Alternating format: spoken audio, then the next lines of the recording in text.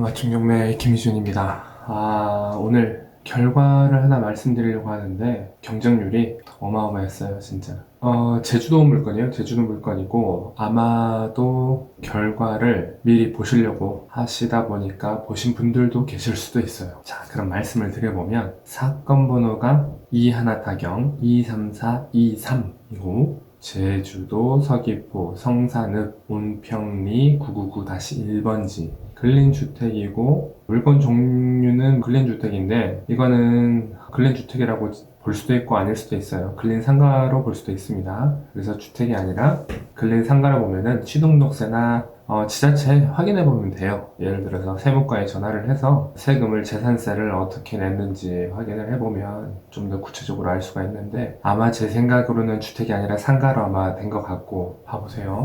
몇 명이 들어왔죠? 66명. 이 물건 하나 가지고 66명이 들어왔어요. 66명이 들어왔고 심지어 매각가가 200%가 넘었습니다. 이분은 이런 심정이죠. 내가 이거는 안 받으면 안 된다라는 심정으로 그냥 흔히 말해서 질렀죠. 질렀어요. 그랬는데 차순위도 5억이 넘게 썼으니까 지금 차순위도 상당히 높게 썼어요. 상당히 높게 썼는데 차순위보다 훨씬 더 높게 쓴 사람이 있었죠. 근데 차순위 금액 신고는 못해요. 금액 차이가 워낙에 커가지고 신고는 못하고 이분이 이제 엄청나게 높게 쓴 거죠. 204%가 넘었으니까. 그래서 이렇게 결과가 나왔습니다. 66명이 들어왔고 이 물건에 대해서는 제가 몇 번 영상에서 말씀을 드렸었어요. 실은 이 물건 자체가 처음에 나왔었어요. 처음에 한번 나왔었는데 매각기일이 변경이 됐습니다. 매각기일이 변경이 돼서 두 번째 지금 다시 나왔던 물건이거든요. 이건데 근데 이제 첫 번째 때도 이 물건 자체가 귀해요. 그러니까 솔직히 이따가 로드뷰를 로드뷰 그냥 지금 한번 보여드릴게요. 지금 위치 이렇죠. 맹지 아닙니다. 맹지 아니고 이 정도 토지가 다른 사람의 토지긴 한데 그 부분은 제가 지난번에도 말씀을 드렸고 확인을 하시면 돼요. 딱 이 그림만 봐도 좋지 않습니까 지금? 근데 시기가 2020년 5월이에요. 2020년 5월이고 지금 2년 정도 차이가 나긴 하는데 최근 사진도 있으니까 이따 보여드리기로 하고 이게 지금 바닷가 바로 앞에 있어요. 이 건물 자체가 이거랑 지금 다 같이 나온 거고요. 전체 이렇게 다 같이 나온 겁니다. 제주도 같은 경우는 제주도라는 어떤 특성상 이제 희소의 가치가 있죠. 그리고 사람들이 항상 원하는 그런 부분이 있어요. 그런 가치가 있는 데다가 바로 바닷가 앞에 있는 이런 토지 어떤 건물 자체가 없어요. 없기 때문에 가치가 높은 거고 높게 판단이 되는 겁니다. 근데 이렇게 높게 될 거라고는 저도 예상은 못했어요. 4억은 당연히 넘겠거니 생각을 했는데 5억이 넘었습니다. 5억이 넘었어요. 이렇게 생겼고 이 앞에 이렇게 바다가 펼쳐집니다. 항공뷰로 보면은 지금 항공뷰로 보더라도 어디냐면 제가 한번 보여볼게요. 이 사진을 보면 바로 아래에요. 여기거든요, 지금. 항공 사진으로 보면 이렇게 나와 있습니다. 얼마나 될까요? 이게 도로 폭 한 10m 정도 되지 않겠습니까? 이게 지금 이제 오늘 결과가 낙찰가 된 겁니다. 낙찰이 됐어요. 주변에 아마 토지가 어느 정도의 거래가 되는지 한번 살펴보면 크게 비싸게 거래되진 않았고 물건 자체가 없기 때문에 비교는 안 될 겁니다. 이게 최근에 어떤 토지 거래라든지 이런 물건이 없으니까 거래가 될 수가 없겠죠. 비교가 안 돼요. 직접 비교가. 그냥 예상만 하는 거고 그쪽 주변에 어떤 공인중개사라든지 그런 걸 통해서도 정확하게 정보가 파악이 되지는 않을 겁니다. 이게 그나마 가장 그건데 300만 원대.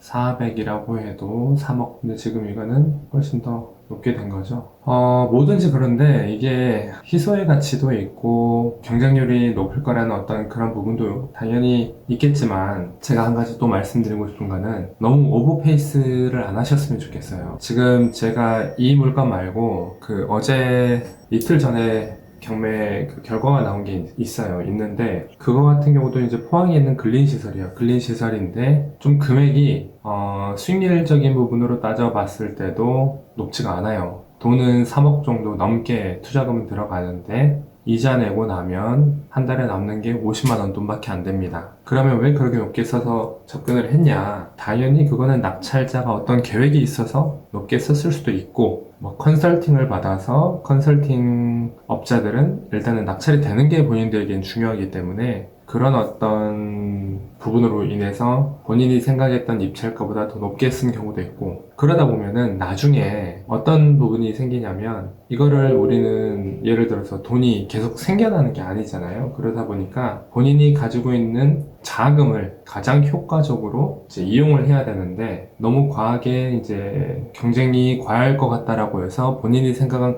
금액보다 오버페이스를 해버리면 나중에 힘들어져요. 그러니까 이자나 어떤 그런 부분에 대해서도 힘들 수가 있지만, 이거를 본인이 원래 예를 들어서 수익형으로 가겠다, 아니면 시세 차익으로 가겠다, 아니면 내가 직접 운용을 하겠다 라는 어떤 정확한 구체적인 계획이 없는 상태에서 낙찰을 먼저 받겠다라고 하는 어떤 그런 목적으로 접근을 하면 힘들 수가 있습니다. 그런데 이제 이거 같은 경우는 모르겠어요. 지금 이분이 어떤 목적과 어떤 목표를 가지고 이 정도 금액을 사서 낙찰을 받은 건는 모르겠어요. 본인이 진짜로 여기 내려와서 내가 어떤 사업을 해보겠다라고 생각을 하면 뭐 상관없죠. 뭐든지 그래요.